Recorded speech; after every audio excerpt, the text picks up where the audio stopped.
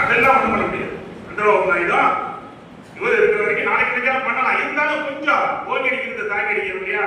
இதுவரை அந்த மின்சார சட்ட திருத்த மசோதா நிறைவேறாமல் இருப்பதற்கு காரணம் ஆட்சி மாறியதால் ஆட்சிக்கு முழு அதிகார பலம் இல்லாது. இந்த நிலையை புதுச்சேரி படுத்தணும். நீங்கள் அடுத்த ஆட்சி வருகிற வரை அல்லது எலெக்ஷன் நடந்து ஆட்சி மாற்றங்கள் வருகிற வரை நீங்கள் தொடர்ந்து இந்த நிலையினை வேகமாக கையில் எடுக்கிற பொழுது இது அடுத்த புது அரசு அமைகிற நிலைக்கு வருகிற பொழுது உங்களுடைய நெகோசியேஷன் எல்லாம் மாறுவதற்கான வாய்ப்புகள் இருக்கு. இந்த நிலைக்கு தக்க வைக்கப்படுவதற்கான வாய்ப்புகள் இருக்கிறது. அதனால இது மிக மிக சரியான நேரம். இந்த நேரத்தில் உங்களுக்கு நமக்கு இருக்கக்கூடிய ஒரே பிளஸ் பாயிண்ட் அப்படின்னா நம்ம எதிர்நோக்கி இருக்கிற தேர்தல்கள்.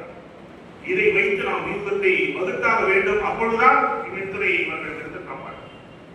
அப்ப மின்சார சட்டத்திற்கு மின்சாரம் ஆக்ட் 2003 இருக்கிறப்ப எதுக்கு அமெண்ட்மெண்ட் ஆக்ட் பார்த்தா அது சுத்தமா டைவர்ட் பண்ணலாம்.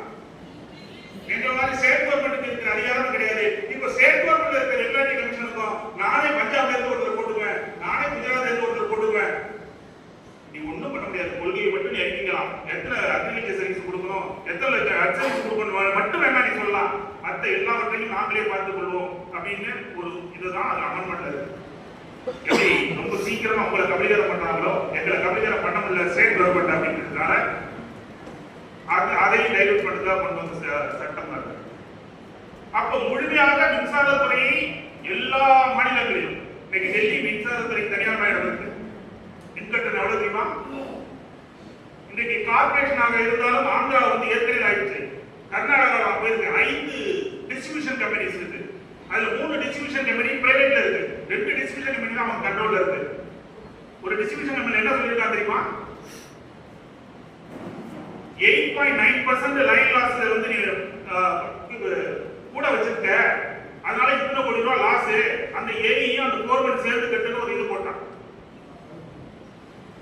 அப்படி கட்ட ஆரம்பிச்சு என்ன நம்ம பாண்டிச்சேரி இருந்தாலும் பார்த்தது இல்லை. லைன் லாஸ் கட்டுறது அதுக்கு ஒர்க்கு போய் சேவை ஆகிட்டு இருக்கோம். 10 மாநிலத்தில் அதெல்லாம் நடந்துட்டு இருக்கு. கர்நாடகாவில் அந்த மாதிரி நடந்துட்டு இருக்கு. ஆந்திராவில் அந்த மாதிரி நடந்துட்டு இருக்கு. உங்களுக்கு பக்கத்துல 2 கொஞ்சம் சேவை ஜோன்ல இருக்கிறது கேரளா, கர்நாடகா. தமிழ்நாட்டு காரணம் தொழிற்சங்க எங்களுடைய ஜாக்கோட ஒற்றுமை, தொழிற்சங்க வாரியோட ஒற்றுமை. எங்க மக்கள் ஓரளவாக மறைமுகமாக எங்களுக்கு கொடுக்கக்கூடிய சமம்.